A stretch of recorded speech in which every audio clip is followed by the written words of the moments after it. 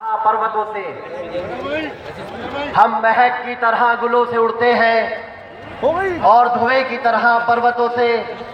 ये कैचियां हमें उड़ने से क्या खाक रोकेंगी कि हम परों से नहीं हौसलों से उड़ते हैं। आज हापुड़ की सरजमी पे मौजूद तमाम दूर दूर से चलकर आए मेरे क्रांतिकारी नौजवान साथियों और पूरे कांग्रेस पार्टी के जांबाज सिपाहियों, जहां तक मेरी आवाज जा रही है, मेरी माओं, बहनों, बुजुर्गों, सभी को मेरा क्रांतिकारी सलाम। साथियों, आज ये लड़ाई उन सांप्रदायिक ताकतों के खिलाफ है जिन्होंने झूठ के बल पर केंद्र के अंदर अपनी सत्ता बना ली। क्या कहा कि जब हम सत्ता में आएंगे तो 2 करोड़ नौकरियां बांटेंगे। मैं पूछना चाहता हूं आज हापुड़ की इस सरजमी से, क्या यहां किसी को नौकरी मिली? नहीं मिली।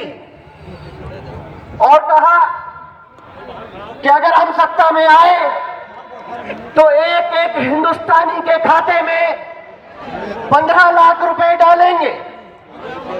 क्या यहां बैठे हुए जितने भी लोग हैं ये बताएंगे कि किसी के खाते में 15 लाख रुपए आए या नहीं?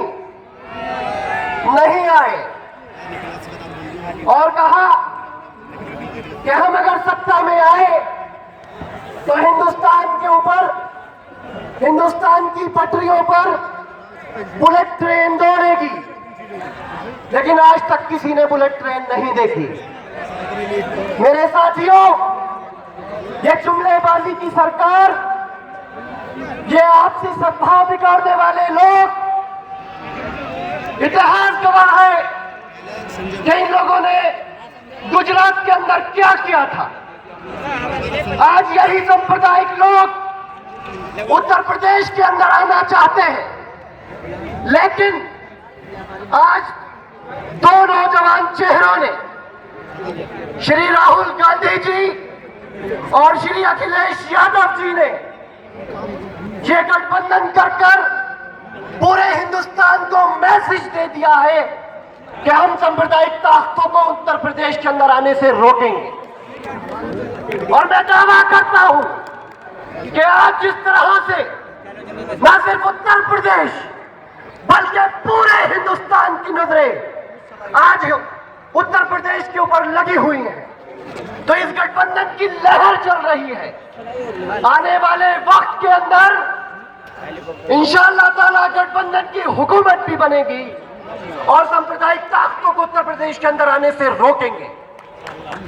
मेरे दोस्तों, मैं चाहता हूं कि आप हापुड़ के अंदर ऐसे प्रत्याशी को चुनिए। विभाग,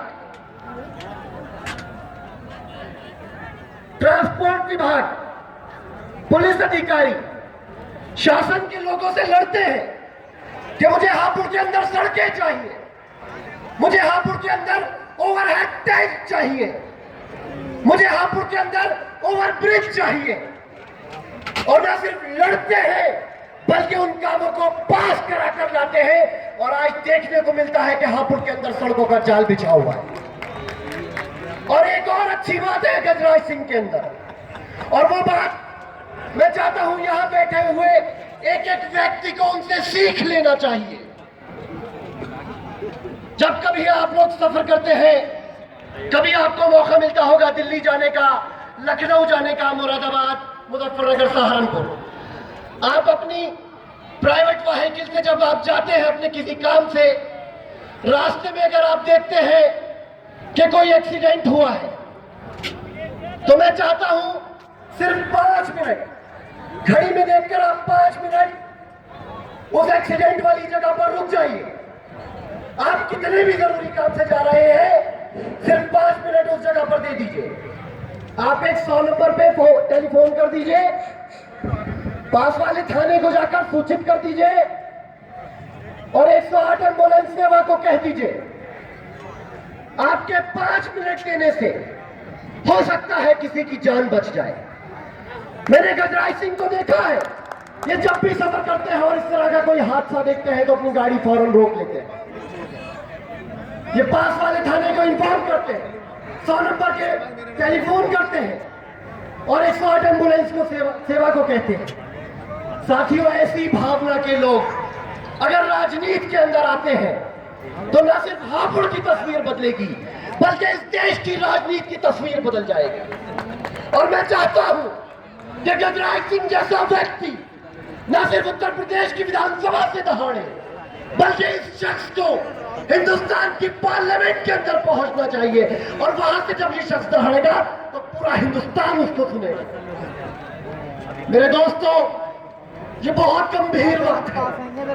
आने वाली 11 तारीख को तमाम लोगों से गुजारिश करूंगा, अपनी झोली पहनाकर भीख मांगता हूं कि आप गजराज सिंह जैसे शरीफ इंसान को बार बार चुनकर विधानसभा के अंदर भेजिए। और नोटबंदी का क्या हुआ? आज अपने ही पैसे के लिए तमाम हिंदुस्तानियों को बैंकों के बाहर लाइनों में खड़ा करने को मजबूर कर दिया। 200 लोगों से ऊपर लोगों ने अपनी जानें गंवा दी। आपके बैंक के खातों पे पहरा बिठा दिया गया। जो पैसा आपने अपनी मेहनत से कमाया था उसको बैंकों में जमा करा दिया और कहा था कि हम काला धन लेकर आएंगे। विदेशों में रखा हुआ काला धन 600 लोगों के नामों की सूची का क्या हुआ मोदी साहब? जो मीडिया के ऊपर आई थी, किसी एक से नहीं पूछा आपने उनका काला धन देश में आया कि नहीं आया। लेकिन देश के लोगों ने जो ईमानदारी से पैसा कमाया था, जो सेव करके हमारे देश की महिलाओं ने अपने घर में रखा था अपने बच्चों की शादियों के लिए, अपने अगर घर में कोई बीमार हो जाए तो उसके लिए कुछ जमा पूंजी रखी थी, वो सब आपने बैंकों में जमा करा दी। और जब बैंक पर पैसा लेने जाते हैं तो सिर्फ 4000 रुपए दिखाते हैं। मैं समझता हूं ऐसी नाइंसाफी इससे पहले हिंदुस्तान के अंदर नहीं हुई। मेरे साथियों, एक उदाहरण देना चाहता हूं।